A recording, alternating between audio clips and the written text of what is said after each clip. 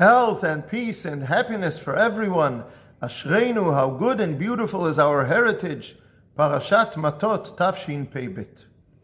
Revenge is an act that is done in wild rage without control and has terrible results.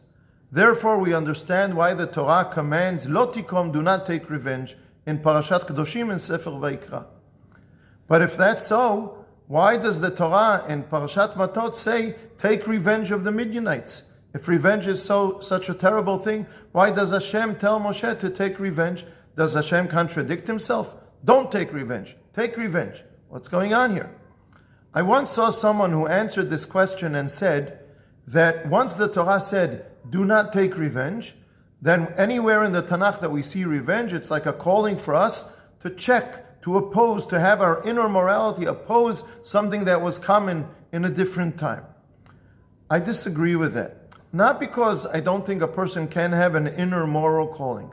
I think a person should be careful, listen to your inner calling. Maybe it's true. Maybe Hashem is giving you a trial, an nisayon, and it is your role to say, wait a minute, what about like Avraham Avinu in stone? But maybe you're wrong. Maybe that inner calling is mistaken. Maybe you're not hearing properly. Maybe you don't have the full balance of all the considerations. But in any case, I don't think that's enough to always oppose revenge.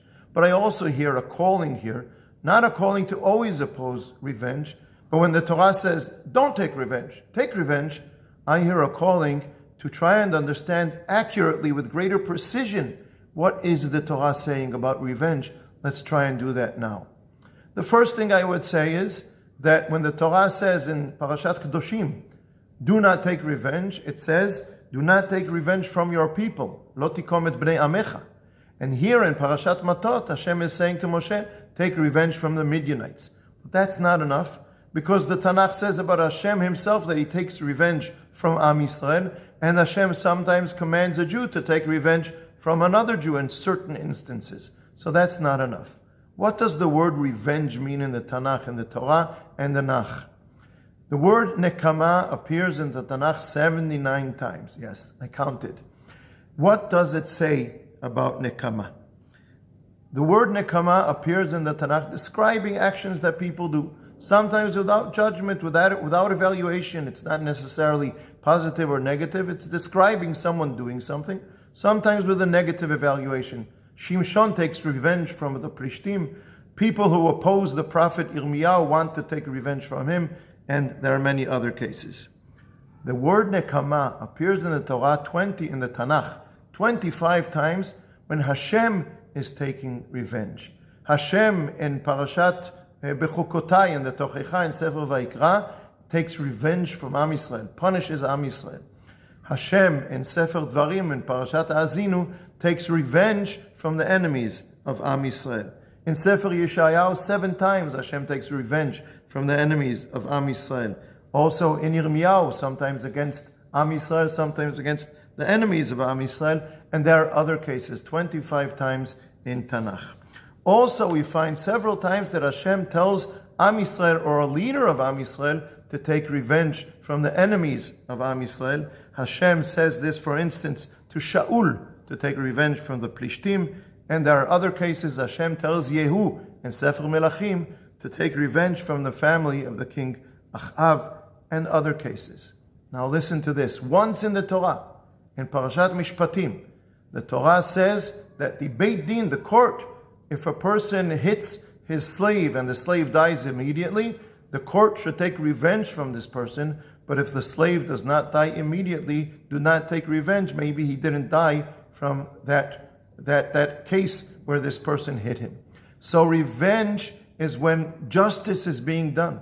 The court does justice. Don't leave this person who hit someone else and killed him. Don't leave that without taking care of it. The word revenge means to perform justice and judgment. And when the Torah says, do not take revenge, it means that has to be done by court. It cannot be done by every individual deciding when to take revenge. Do not take revenge. So revenge is midat hadin, is the trait of judgment. In the world we have judgment and we have mercy, and there has to be a balance between the two. If we totally oppose revenge, we're missing out on part of what the Torah is saying. We have to see as I said, we have to see what the Torah is saying accurately with precision. There are two values. There's din and there's rachamim, and we have to find the balance between them. And the Torah is saying to us, as an individual, do not take revenge. As a nation, by the leaders of the nation, or the court, sometimes they have to take revenge. They have to carry out the judgment and punish someone, and don't leave him unpunished, because that will not be good for the world. Nikama is a positive thing, the desire to bring justice to the world, not to leave something that is unjust untouched. Do we have to punish this person?